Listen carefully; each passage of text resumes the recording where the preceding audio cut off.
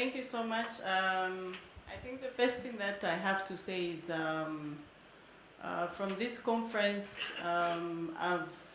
one thing I've observed is that there was too much academic research. It was at that level. And coming from an NGO working at grassroots, at first, yesterday in the morning, it was very difficult for me to find an entry point in the discussions that were going on until after we went into the group discussions and everything. That's when I was able to relate with what was going on. So the other thing I've observed is most of the research was looking at so much capital getting into Africa, and really what are the African people getting or the benefit from it. For me, I feel that there is need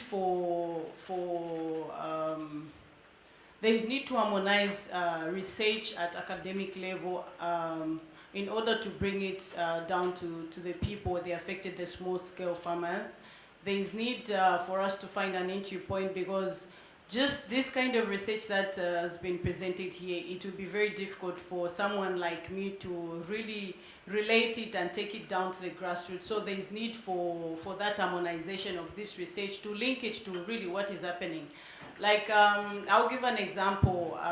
If you talk about sugar, lova you're talking about in Zambia, how really this capital coming into Zambia or South Africa, how does it affect, in detail, how does it affect these small-scale farmers?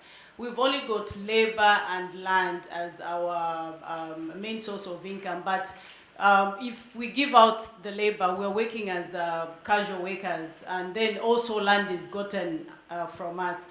How does it affect our livelihoods? I would love such conferences to go in detail. How does it affect the people, and how can they get out of it? And as NGOs, one thing I've observed is we have a trend of being reactive to issues. We get into a problem when it has reached, it's overboard, it's over 50%. That's how come we face a lot of challenges in terms of addressing some of these issues. So with such kind of research and information, I think as any NGOs, we need to be proactive. We don't have to wait for a problem to happen. We don't have to wait to hear another community in Tanzania or South Africa has been displaced because of this and that. We need to go in before such a problem happens. I'm sure that is going to help in addressing some of these challenges. Further, I know we really need this information as civil society.